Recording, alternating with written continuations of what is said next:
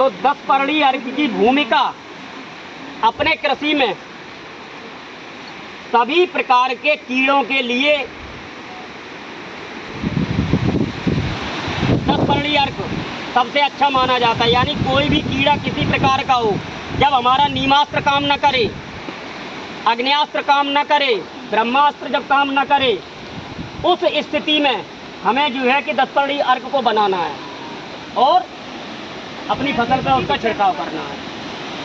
तो देखिए 10 परड़ी अर्क को हम कैसे बनाते हैं, तो वो विधि हम आपको बताने जा रहे हैं। चैनल को लाइक करें, सब्सक्राइब करें और बेल आइकन को दबाएं। 200 लीटर हम पानी सबसे पहले ले लेते हैं और उस 200 लीटर पानी के ड्रम में 10 तरीके के पत्ते,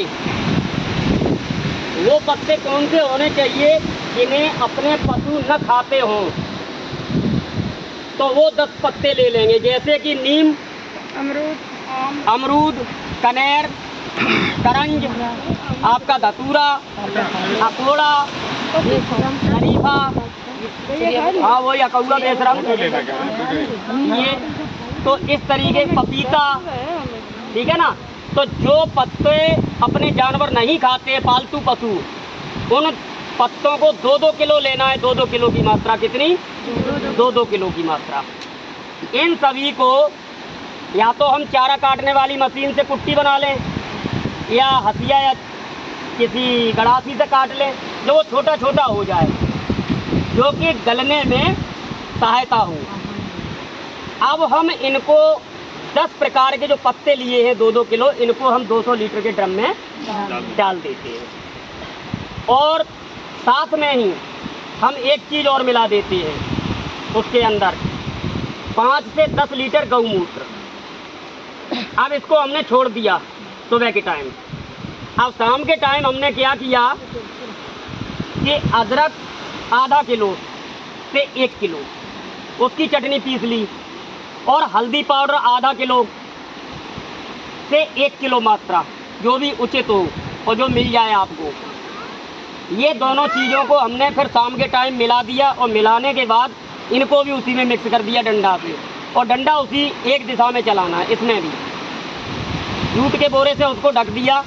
फिर उसके अगले दिन हम क्या करते हैं कि 1 किलो लहसुन, 1 किलो हरी मिर्च वो होनी चाहिए सुइया तीखी काफ़ी, और इसके साथ साथ 1 किलो तंबाकू की डस्ट, ये ले लेते हैं। तो अब हम क्या कि सुइया मिर्च की जो तीखी मिर्च है उसकी चटनी बना लेते हैं, लहसुन की भी चटनी बना ली और इन दोनों को उसमें मिला दिया। इधर ही उधर 1 किलो जो डस्ट है हमारी तंबाकू की, उसको भी उसी में डाल देते हैं। फिर इन्हें सब चीज़ों को जो है कि डंडे के सहारे से उसमें मिला देते हैं।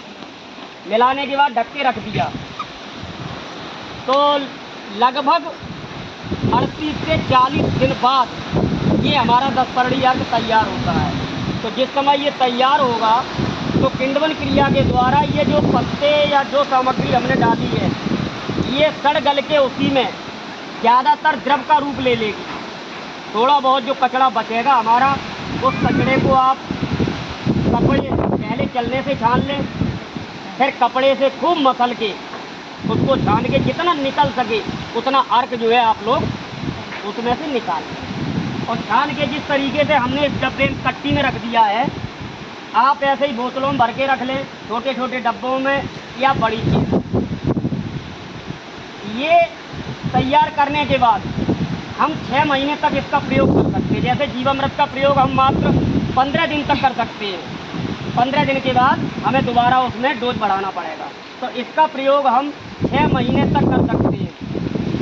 अब इसकी विधि डालने की, अगर कीड़े लगे हैं आपके पेड़ पौधों पर, सब्जी पे, किसी खाद्यान्न फसल पर आपने देखा कि कीड़े लगे हैं और अब हमें दवा छिड़कनी है, तो उस समय क्या करेंगे आप, एक 15 लीटर की टंकी में इसकी मात्रा, अगर सब्जी बो रहे हैं, सब्जी पर छिड़काव करेंगे तो लेनी केवल 250 ml पहले, और उसका छिड़काव करते हैं। 14 लीटर पानी डाल के 15 लीटर 250 ml इसको डालें।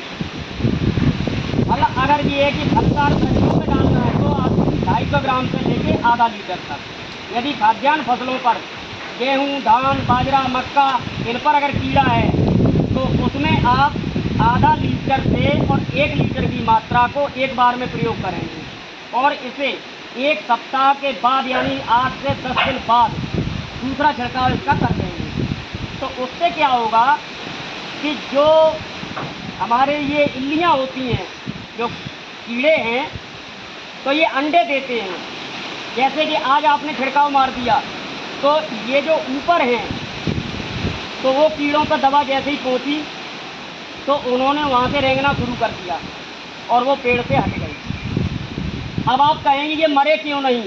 तो प्राकृतिक खेती का ये नियम है कि प्रकृति ने जो कुछ भी बनाया है हमें उससे छेड़छाड़ नहीं करनी है। हमें कोई अधिकार नहीं है कि हम किसी को मारें, ठीक है ना, किसी को हम मारें। अगर वो हमारी फसल में नुकसान कर रहे हैं तो हम उनको दूर भगाएंगे, चाहे वो कीड़े हों, चाहे पक्षी हों, कोई भी हो। तो इसका मतलब यही है कि प्राकृतिक खेती में हम किसी की जान नहीं लेते हैं, क्योंकि रहने का अधिकार उन्हें भी है। प्रकृति में जो जीव जंतु प्रकृति में हैं वो सब वहीं रहेंगे, लेकिन वो स्थान